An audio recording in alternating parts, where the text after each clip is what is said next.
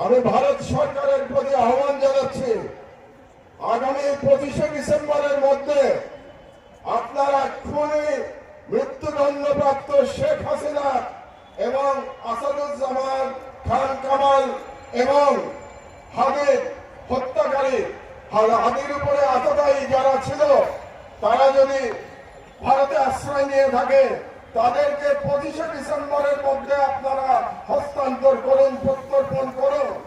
না হলে আমি হাদির রক্তের কসম দিয়ে বলছি, বাংলাদেশের প্রতিটি ভারতীয় প্রতিষ্ঠানের বিরুদ্ধে আমরা প্রতিরোধ সংগ্রাম শুরু করব।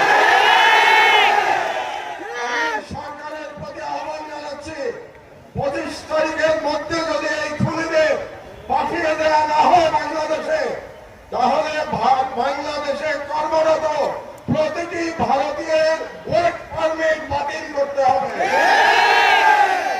আর আমি জনগণের উদ্দেশ্যে বলতে চাই, এই অথর্ব স্বরাষ্ট্র মন্ত্রণালয় দিয়ে আমাদের নিরাপত্তা পাওয়া যাবে না, তাদের আশা আমাদের ছেড়ে দিতে হবে।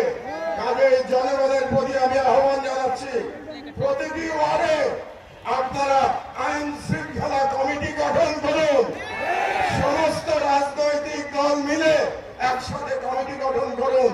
তাদের দায়িত্ব হবে ফাঁসিবাদী এবং ফাঁসিবাদী দোষকদের চিহ্নিত করে তাদেরকে আইনের হাতে সোপর্দ করা। এই দায়িত্ব জনগণকেই নিতে হবে।